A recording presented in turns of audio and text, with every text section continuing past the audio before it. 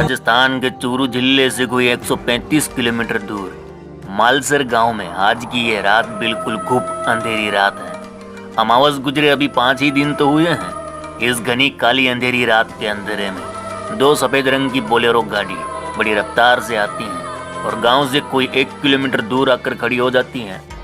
इसके पीछे पीछे 2 और गाड़ी आती हैं जो सड़क के किनारे रुक जाती हैं। इसके पीछे एक और बोलेरो गाड़ी आती है जो सीधे निकल जाती हैं, जो गांव से कोई 500 मीटर दूर जाकर रुक जाती हैं। कुछ मिनट बाद काले और हरे रंग के कपड़े पहने 6 हथियारबंद आदमी गांव से थोड़ी दूरी पर खेत के बीचों बीच बने एक मकान के पास प्रकट होते हैं और अपनी AK-47 की राइफल की नलिया उस मकान की छत पर साधते हुए अपनी पोजीशन ले लेते हैं।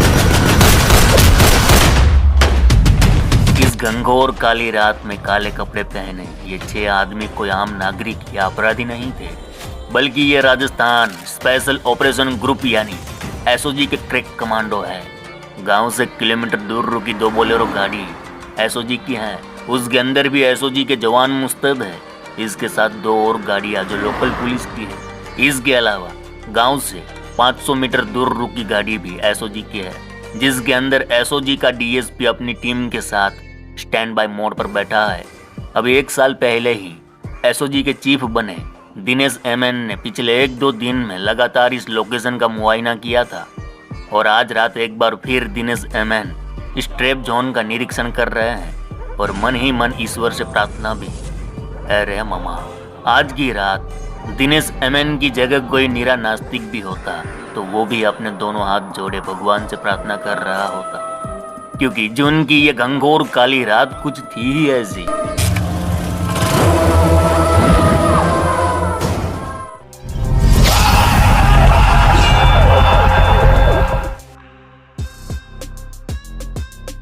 हम छो मजामा। अरे मामा, आज से आनंदपाल सिंह, जिसको यह देश भारत के सबसे क्रूर गैंगस्टर के तौर पर जानता है। आनंदपाल जो किसी के लिए हीरो था तो किसी के लिए विलेन, किसी के लिए माफिया डॉन, किसी के लिए तस्कर तो किसी के लिए रॉबिन हुड। आनंदपाल के ऊपर मतभेद और बिल्कुल अलग अलग राय रखने वाले लोगों में भी एक बात पर सहमति जरूर है कि वह पूरे 1 दशक तक पूरे उत्तर भारत में आतंक का पर्याय बना रहा था। आनंदपाल और उसके गैंग के सदस्य इस तरह मर्डर करते थे कि देखने और सुनने वाले की रूह कांप जाए। दैनिक भास्कर की एक रिपोर्ट के अनुसार नानूराम को आनंदपाल की गैंग ने पंखे से लटकाकर गर्दन काटने की कोशिश की। अधूरी कटी गर्दन समेत नाथुराम के शरीर के टुकड़े टुकड़े कर दिए। इसके बाद एसिड में डाल दिया। जब टुकड़े नष्ट हो गए तो दांत हड्डियां निकाल कर पीस दी और फेंक दिया। आनंदपाल माइंस मालिकों से वसूली करता था। उसके गैंग ने छोटी सी बात पर सेल्समैन की गोली मारकर हत्या कर दी थी। गुमनाराम नाम के व्यक्ति के हाथ पैर तोड़े। इसके बाद छाती पर बैठकर गोली मार दी। 1992 से आनंदपाल पर केस दर्ज होना शुरू हुआ। आनंदपाल पर 40 से ज्यादा मुकदमे थे, जिसमें मर्डर, हाफ मर्डर, अपहरण, डकैती, लूट जैसे संगीन अपराध शामिल थे। हत्या के अलावा आनंदपाल ने अवैध शराब तस्करी और एक्सटॉर्शन से करीब 150 करोड़ की प्रॉपर्टी खड़ी कर दी थी। आनंदपाल, जिसको पकड़ने के लिए राजस्थान पुलिस ने कई बार ऑपरेशन चलाए। आनंदपाल, जो अपने 25 साल के आपराधिक जीवन काल में सैकड़ों बार पुलिस की हथेली के ठीक बीचों बीच से कुछ इस तरह बच निकला जैसे कि बंद मुट्ठी से रेत। आनंदपाल वह गैंगस्टर था जिसके आगे राजस्थान की जेलों की सलाखें छोटी पड़ जाती। जेल तोड़कर भागने में वह उस्तादों का उस्ताद था। आनंदपाल, जिसने 3 राज्यों की पुलिस को दिन में तारे दिखा दिए, उस आनंदपाल को आखिर कैसे पकड़ा गया? उसके जीवन की उस आखिरी रात आखिर क्या क्या हुआ था?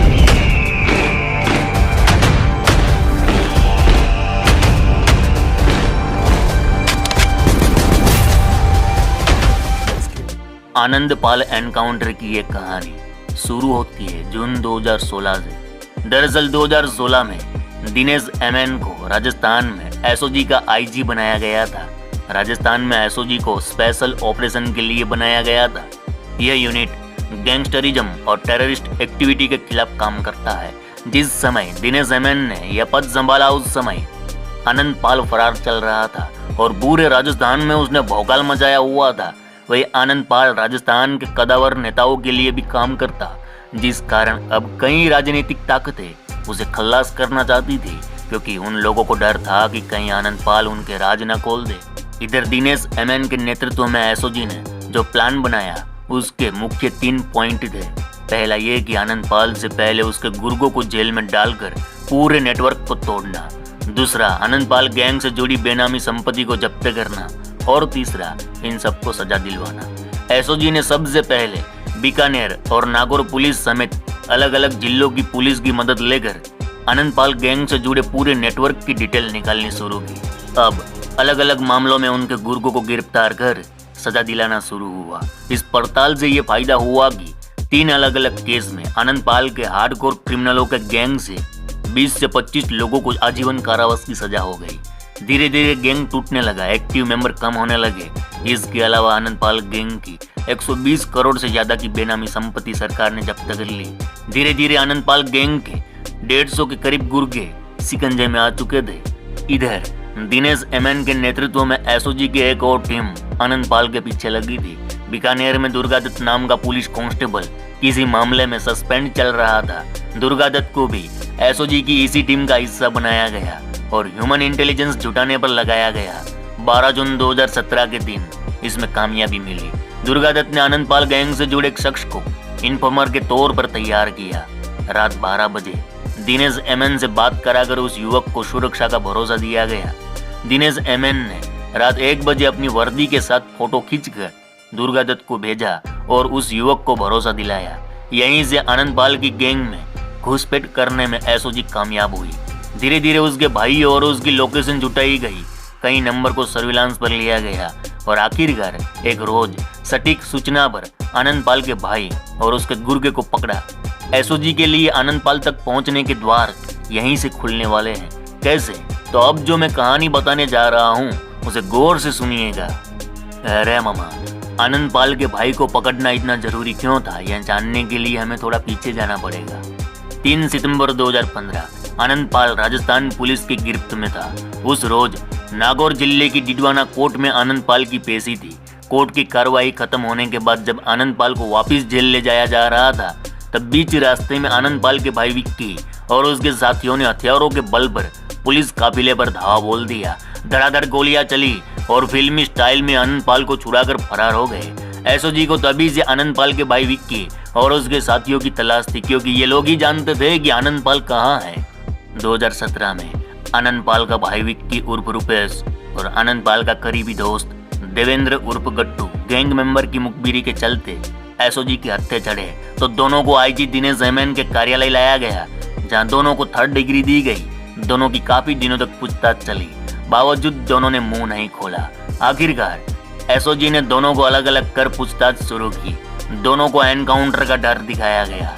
यहाँ आनंद पाल का भाई तो मक्कम रहा, लेकिन गट्टू टूट गया। उसने एसओजी टीम के आईजी दिनेश एमएन को आनंद पाल की लास्ट लोकेशन बता दी। अब एसओजी को उस लोकेशन पर आनंद पाल है या नहीं ये पुख्ता करना था। तब दिनेश एमएन के निर्देशन पर टीम ने आनंद पाल के फरार होने को लेकर संभावित रास्तों के बारे में छानबीन शुरू की। फिर एसओजी कमांडो की मदद से चूरू से एमपी और हरियाणा जाने वाले सारे रास्तों पर नाकेबंदी कर दी। वहीं एसओजी के 2 कमांडो उस गांव में भेष बदल कर पहुंचे जिसके बारे में गट्टू ने बताया था। वह गांव था राजस्थान के शेखावटी के चूरू का मालसर गांव, जहां गांव से थोड़ी दूरी पर बंजर खेत में 2 मंजिला मकान था। छानबीन की तो पता चला मकान मालिक का नाम श्रवण सिंह है।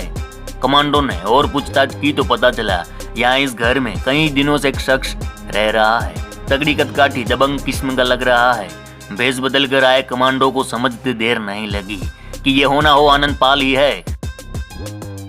24 जून की रात और साल 2017 अमावस की उस काली रात करीब 10 बजे होंगे। जगह थी शेखावटी के चूरू का मालसर गांव। कुछ लोग सोने की तैयारी में थे तो कुछ नींद की आगोश में जा चुके थे।